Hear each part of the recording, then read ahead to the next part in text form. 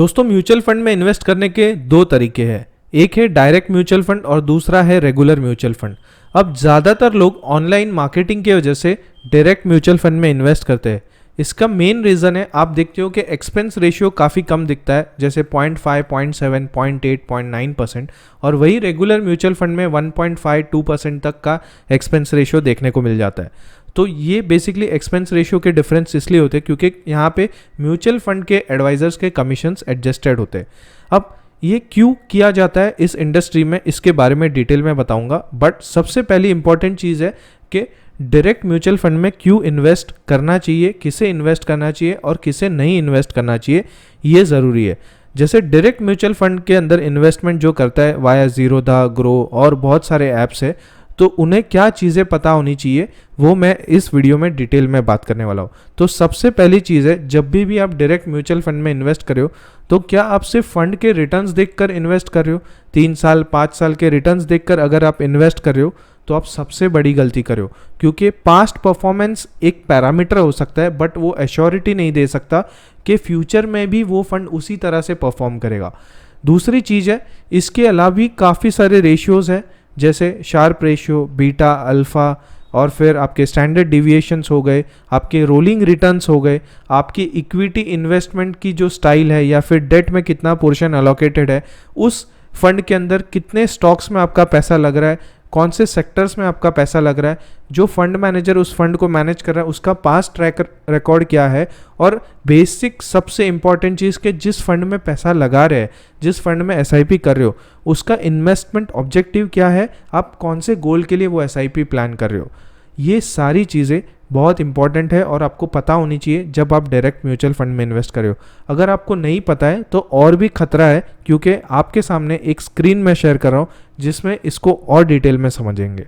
तो जैसे कि आप मेरी स्क्रीन देख सकते हो, ये सारे सर्विसेज है जो आपको एक म्यूचुअल फंड एडवाइज़र देता है। जैसे IDCW ऑप्शन चेंजेस, मतलब आप जो डिविडेंड ले रहे हो उसको रुका के री इन्वेस्ट करना चाहते हो, अगर अपना ईमेल आईडी, मोबाइल नंबर, ये सारे चेंजेस करवाना चाहते हो, कंसोलिडेशन ऑफ पोर्टफोलियोज करना चाहते हो, बहुत सारे मल्टीपल म्यूचुअल फंड से कुछ म्यूचुअल फंड्स को क्लियर आउट करके आप कंसोलिडेशन करना चाहते हो, करेक्शन करना चाहते हो अपने नेम में, बैंक अकाउंट डिटेल्स चेंज करना चाहते हो, आप मल्टीपल बैंक मैंडेट रजिस्ट्रेशंस करना चाहते हो, या फिर नॉमिनी अपडेट करना चाहते हो, IFSC कोड, टैक्सेशन चेंज, अगर आप इंडिया के बाहर चले गए, नॉन रेसिडेंट हो गए, तब क्या करना है, ट्रांसमिशन रिक्वेस्ट डालना चाहते हो, modification from minor to major करना चाहते हो, आप यहाँ पे फॉर्म 15G/H डिटेल्स अपडेट करना चाहते हो जहाँ पे आपका TDS नहीं कटेगा। ये सारी चीज़ें अगर मैनेज करना है आपको खुद से आती है, तब आप डायरेक्ट म्यूचुअल फंड्स के अंदर एंट्री करिए। अगर ये सारी चीज़ें नहीं आती है तो अवॉइड करिए, क्योंकि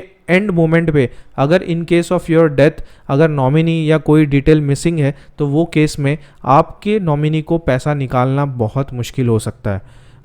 दूसरी इंपॉर्टेंट चीज़ कि जो भी आप कमर्शियल ट्रांजैक्शंस कर रहे हो, जैसे लमसम या फिर SIP कर रहे हो या फिर STP कर रहे हो या SWP कर रहे हो, अगर ये सारे चीज़ें जो स्क्रीन पे दिख रही है, switch, redemption, e mandate, systematic transactions जो चेक करने हैं कि टाइम टू टाइम इन्वेस्टमेंट्स कैसे हो रहे हैं, ये सारे इन्वेस्टमेंट ऑप्शंस अगर आपको पता है और आपको पता है कि कब किसे यूज़ करना है,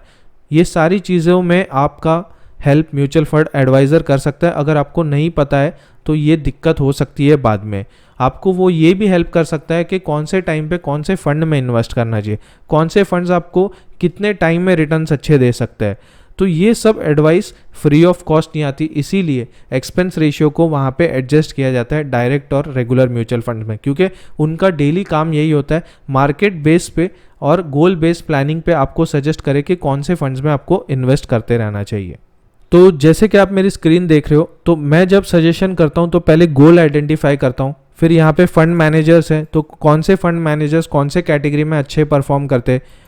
AUM के बारे में यहाँ पे बात करते हैं। जैसे अगर बड़े AUMs है तो वो फंड कम रिस्क ले सकते हैं, एक्सपेंस रेशियो यहाँ पे रहता है। उसके बाद यहाँ पे आप रोलिंग रिटर्न्स देख सकते हो, 1 साल से लेके 10 साल तक के रिटर्न्स है यहाँ पे, average market capitalisation, number of stocks. इसके बाद कुछ important factors like alpha, Sharpe ratio, beta, standard deviation, ये सारी चीज़ें चेक करने के बाद गोल के हिसाब से मैं आपको म्यूचुअल फंड एडवाइस करता हूँ। उसके अलावा अगर आप रैंडमली सिर्फ रिटर्न्स देख के अगर म्यूचुअल फंड ले लेते हो तो it is going to be the riskiest thing which you are doing with your hard earn money. तो ये सबसे इंपॉर्टेंट चीज़ है, जब भी कोई म्यूचुअल फंड में इन्वेस्ट कर रहे हो तो ये सारे क्वेश्चंस आप अपने आप से पूछिए, अपने फंड मैनेजर से पूछिए कि क्यों मैं इसी फंड में पैसा लगाऊं, क्यों मैं दूसरे फंड्स में पैसा नहीं लगाऊं, या फिर मुझे 2-3 ऑप्शंस के बारे में बताइए। तो ये डिटेल अगर आपको पता होगी तो आप रिस्क से वाकिफ़ होगे कि कितने साल के लिए मुझे वेट करना है और कितना डिविएशन मैं एक्सपेक्ट कर सकता हूँ इन फंड्स के अंदर।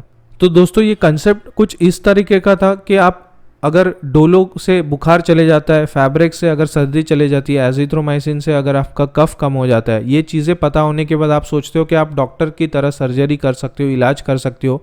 उसी तरह से म्यूचुअल फंड में भी आप अगर बिहेवियर शुरू कर देते हो तो ये हानिकारक हो सकता है, क्योंकि डॉक्टर बनने के बाद, डिग्री लेने के बाद भी प्रैक्टिस बहुत इंपॉर्टेंट है। तो म्यूचुअल फंड एडवाइजर्स जो इसे प्रैक्टिस करते हैं वो काफ़ी बेटर आपसे ज़्यादा जानते हैं और आपको एडवाइस आपके गोल के हिसाब से बेटर दे सकते हैं। तो आप अपना डॉक्टर खुद मत बनिए। जब भी फाइनेंशियल इन्वेस्टमेंट्स की बात आती है, आप पहले सीखिए उस चीज़ को, उसके कोर्सेस करिए, उसके एग्ज़ाम्स क्लियर करिए, उसको प्रैक्टिस करिए, तब आप डायरेक्ट फंक्शंस के अंदर काम कर सकते हो। जैसे मैंने सारे ऑप्शन शेयर किए थे कि कैसे कंसोलिडेशन होता है, कैसे सारी चीज़ें अपडेट होती है, nominee detail, bank statement, IFSC, ये सारी चीज़ें आपको पता होनी चाहिए। कब स्विच करना है, कब STP करना है, कब SWP लगाना है, कौन से वक्त कौन से प्लान्स को यूज़ करना है कॉम्बिनेशन में। जब ये चीज़ें आपको पता होगी तब भी आप डायरेक्ट म्यूचुअल फंड में आइए। अदरवाइज ज़ीरोधा, ग्रो, इससे आप इन्वेस्ट करके